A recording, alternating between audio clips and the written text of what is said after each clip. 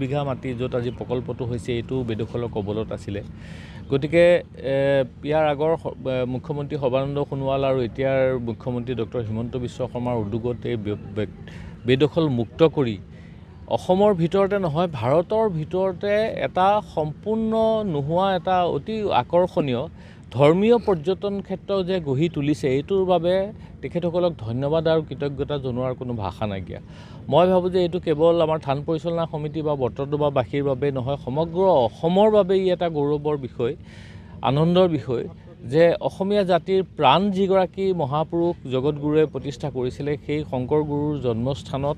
এনেকুৱা এটা বৃহৎ প্ৰকল্প ইমান সুন্দৰ য'ত আপোনাৰ খুজে খুজে আপুনি সত্ৰীয়া আৰু শংকৰী সংস্কৃতিৰ প্ৰকাশ দেখিব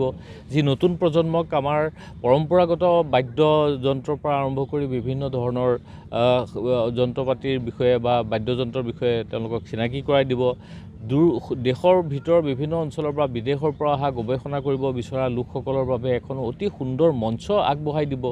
এনেকুৱা ধৰণৰ প্ৰকল্প এটা ইয়াত হৈ উঠাটো মই ভাবোঁ যে আমাৰ বাবে অতি গৌৰৱৰ কথা অতি আনন্দৰ কথা সমগ্ৰ অসমৰ মানুহ ৰৈ আছে যে এই প্ৰকল্প উন্মোচন হ'লে আমি সেই প্ৰকল্প দৰ্শন কৰিবলৈ যাম মই ভাবোঁ যে এইটো এটা বটদ্ৰৱাবাসীৰ বাবে শিৰৰ মুকুটৰ দৰে হ'ল যেনেদৰে থানখন আমাৰ শিৰৰ মুকুট তেনেদৰে থানৰ লগত ৰজিতা খুৱাই সোণত সুৱগা চৰাই এই প্ৰকল্প যে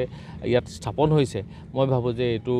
আমি ধন্যবাদ আৰু কৃতজ্ঞতা জনোৱাৰ কোনো ভাষা নাই আমি আশা কৰিছোঁ সমগ্ৰ অসমৰ মানুহে এই প্ৰকল্পতনো কি আছে কেনেদৰে চৰকাৰে প্ৰায় 200 কোটি টকা খৰচ কৰি ইয়াত কি নিৰ্মাণ কৰিছে সেইটো নিশ্চয় চাবলৈ আহিব আৰু চাই পেলাই তেওঁলোক আপ্লুত হ'ব মই পুনৰবাৰ এগৰাকী অসমৰ অন্যতম দক্ষ মুখ্যমন্ত্ৰী ডক্টৰ হিমন্ত বিশ্ব শৰ্মা ডাঙৰীয়াক তেখেতৰ যি উদ্যোগ যি প্ৰচেষ্টা তেখেতৰ যি তৎপৰতা যাৰ বাবে তেখেতে মুক্ত হস্তে ধন দি এই প্ৰকল্পটো সম্পূৰ্ণ কৰিবলৈ গৈছে তেখেতক মই ধন্যবাদ জনাইছোঁ কৃতজ্ঞতা জনাইছোঁ আৰু মই ভাবোঁ যে এইটো এটা কীৰ্তিচিহ্ন হিচাপে তেখেতৰ ৰাজনৈতিক জীৱনৰ এটা মাইলৰ খুঁটি হিচাপে থাকি যাব যিটো তেখেতে ইয়াত আজি বটদ্ৰৱাত স্থাপন কৰিলে আৰু 2016 চনৰ 23 ছেপ্টেম্বৰত আজি য'ত প্ৰকল্প হৈ আছে এই ভূমি বেদখলমুক্ত কৰা হৈছে এটা ঐতিহাসিক মুহূৰ্ত স্মৰণীয় মুহূৰ্ত আৰু আমাৰ কাৰণে সৌভাগ্য যে সেই সময়ত মুকলি কৰিলে সেই সময়ত আমাৰ অসমৰ মুখ্যমন্ত্ৰী মাননীয় শ্ৰীযুত সৰ্বানন্দ সোণোৱাল ডাঙৰীয়া আছিলে আৰু আধাৰশিলা আমাৰ স্থাপন কৰিলে গৃহমন্ত্ৰী অমিত শ্বাহ ডাঙৰীয়াই এই প্ৰকল্পৰ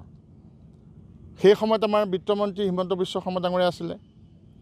আজি আমাৰ মুখ্যমন্ত্ৰী ডক্টৰ হিমন্ত বিশ্ব শৰ্মা ডাঙৰীয়া এই মুখ্যমন্ত্ৰী ডাঙৰীয়াৰ হিমন্ত বিশ্ব শৰ্মা ডাঙৰীয়াৰ সবল প্ৰচেষ্টাত সবল নেতৃত্বত আৰু চৰকাৰ এখনৰ সদিচ্ছা আৰু আন্তৰিকতাৰ কাৰণে আজি কাৰ্যত ৰূপ পাইছে আৰু আমাৰ কাৰণে সৌভাগ্য আজি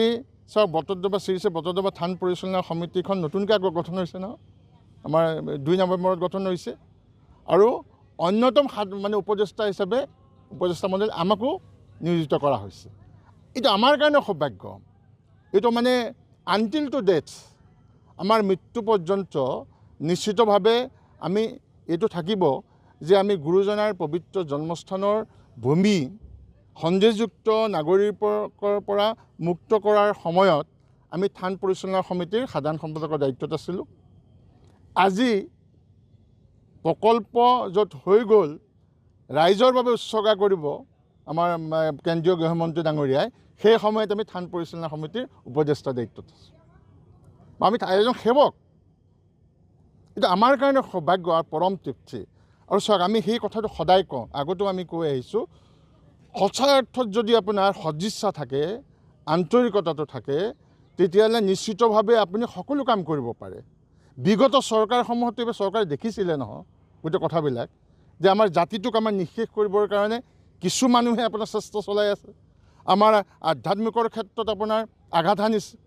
আমাৰ ৰাজনৈতিক ক্ষেত্ৰৰ কথা কওক আমাৰ সামাজিক ক্ষেত্ৰৰ কথা কওক আমাৰ অৰ্থনৈতিক ক্ষেত্ৰৰ কথা কওক আমাৰ সাংস্কৃতিক ক্ষেত্ৰৰ কথা কওক সকলোতে এটা বিৰূপ প্ৰভাৱ পেলোৱা এই মানুহখিনিৰ কথা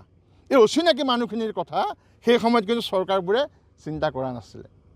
আমি জাতি মাটি ভেদি সুৰক্ষা কৰাৰ কাৰণে প্ৰকৃতাৰ্থত বিজেপি নেতৃত্বত চৰকাৰে কাম কৰিছে আৰু অসমৰ সমূহ জনসাধাৰণে তাত সমৰ্থন জনাইছে গোটেই বিশ্বৰ ঐতিহ্য ক্ষেত্ৰ বিশ্বৰ ধৰ্মীয় পৰ্যটনস্থলী সেইটো আমি যেতিয়া 2014 চনত সাধাৰণ সম্পাদকৰ দায়িত্বত আমাক দায়িত্ব অৰ্পণ কৰিছিলে, তেতিয়া আমি প্ৰথম এইটোৱে কৈছিলোঁ যে আমাৰ ভূমি বেদখলমুক্ত কৰাটো হৈছে প্ৰথম দায়িত্ব। দ্বিতীয় দায়িত্ব হৈছে গুৰুজনাৰ এই পবিত্ৰ জন্মস্থান শ্ৰী শ্ৰী বটদ্ৰৱা থান আমি বিশ্ব ধৰ্মীয় পৰ্যটনস্থলীলৈ পৰ্যবেক্ষিত কৰা। এই দুটা কামেই আমাৰ লক্ষ্য আছিলে। আপুনি সাধাৰণ সভাত আমি সেই কথাটো কৈছিলোঁ। আজি ভাল লাগিছে আমাৰ, আমি যথেষ্ট আৱেগিকো হৈছোঁ। যথেষ্ট আৱেগিক এইকাৰণে হ'ব লাগিব যে কিছু বিগত চৰকাৰে বেদখলমুক্ত কৰিবলৈ যাওঁতে আমাৰ ইয়াৰ পৰা বহু মানুহ গৈছিলে। আমি সেই সময়ত সেই সমিতি নাছিলোঁ, এইটো এটা বেলেগ বিষয়। কিন্তু সমিতিটো সমিতি। এই তেতিয়া আপোনাৰ উদাহৰণ দিছিলে নেমুটেঙা ৰোৱক, বেদখল নহ'ব, মানুহ সোমাব নোৱাৰিব, কাঁইট থাকিব, নেমুটেঙা আপোনালোকে খাব পাৰিব। এনেকুৱা ধৰণৰ তৰল মন্তব্য দিয়া মানুহ আমাৰ ইয়াত আজি নাম প্ৰকাশ নকৰোঁ, আমি এইবিলাক কথা নাম প্ৰকাশ নকৰোঁ। সেই কথাবিলাক আমাক সত্ৰাধিকাৰ প্ৰভুৱে কৈছিলে, তেওঁলোকে অত্যন্ত আৱেগিক হৈছিলে।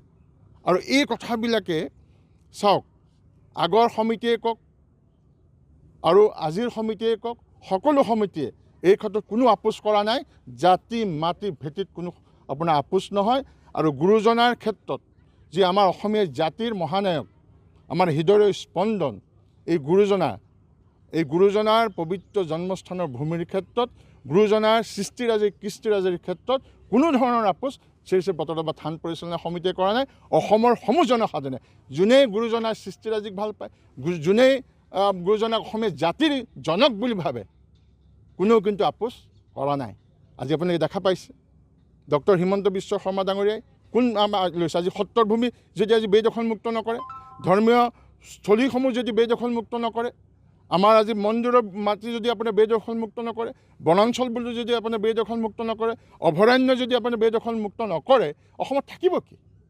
এই কামবিলাকতো আগতো চৰকাৰে পাৰিলেহেঁতেন। তেওঁলোকৰ সদিচ্ছা নাছিল, তেওঁলোকৰ আন্তৰিকতা নাছিল, এই অচিনাকি মানুহৰ প্ৰতি এটা অহৈতুকী প্ৰেম আছিলে।